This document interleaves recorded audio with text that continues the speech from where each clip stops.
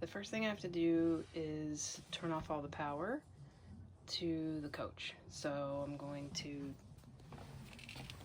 turn off the battery switch. That turns off my main power. Then I'm going to disconnect the solar and the DC to DC charger.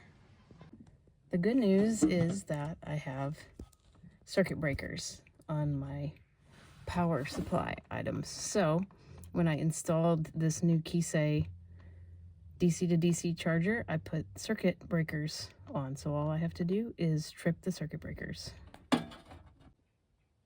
I went ahead and unhooked my solar controller from the panels, so that is off. So now all power is off. I have turned off the main coach battery switch. I've disconnected via the trip circuit breakers my DC to DC, and I've unhooked the solar.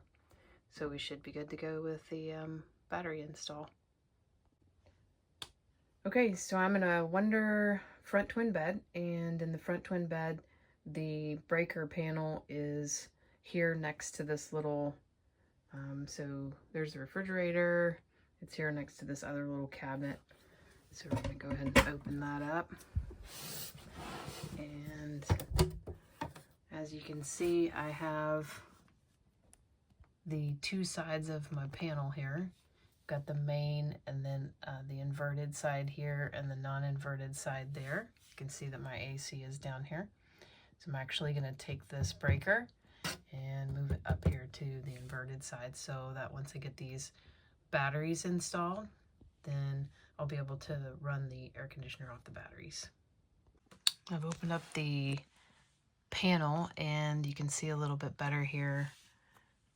This goes in between the two main breakers, and so we're going to remove that, and then I'm going to go down here and pull the AC breaker and move it up here to one of these empty slots on the inverter side. And there we go. We've got everything labeled. And now we're going to move them around. I'll be right back. Okay, so I have moved the breakers that needed to be moved. I basically just moved everything except the inverter in, so I left the main obviously where it is, the inverter in, and then the refrigerator, because of the three-way, needs to stay on the shore power. But I moved the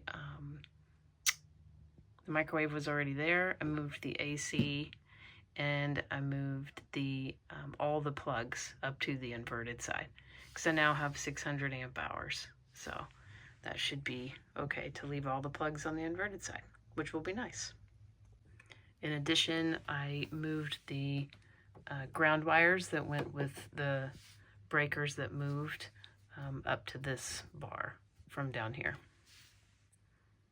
Here's the breaker panel once I put it back together. I did go ahead and leave the breakers labeled.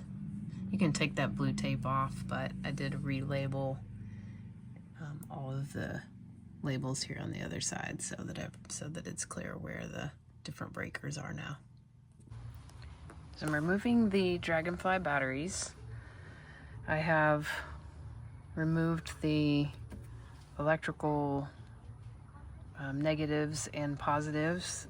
I've got a negative here that comes from the bus bar, and then I've got a positive that comes from the bus bar, and then I've got these two additional cables here that were attaching the second battery to the first battery. So I've undone those, and I'm gonna pull the batteries out.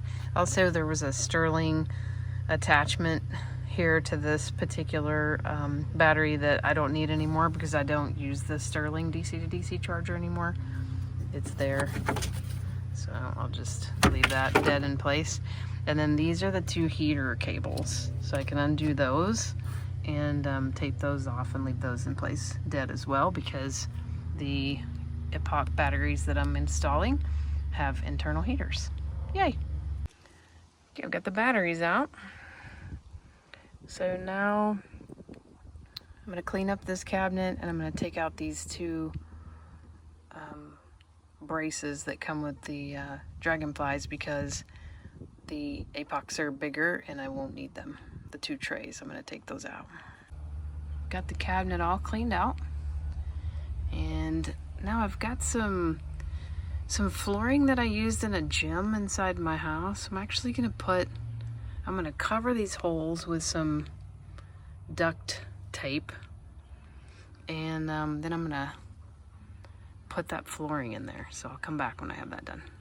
And I've got the 3M duct tape down, the 3550, and now I'm gonna install a kind of a rubber flooring on the bottom of it. I've got enough height, so I figure it'd be better to have something a little more secure for it to sit on. There we go. The flooring is in. It's about maybe a little half-inch, maybe 3/4 of an inch deep. And I had plenty of height, so should be good. And I just secured those extra wires up there, bound them up good. And then this fuse wire as well, just kind of stuck it up there above so it's out of the way. So I've got plenty of room in the cabinet to get the battery in. And there is the final product. So I've got, actually took some of the foam from the shipping from the batteries. That was a little tip that I got from Sandy Johnson. Thanks, Sandy. Lots of good tips coming from her channel. If you don't follow her, definitely get over there and take a look at her channel. She's got lots of cool tips for her installs. So yeah, I put some covers over the terminals there, and then these things are tight in there. So it was an absolute perfect fit, and they're definitely not going anywhere.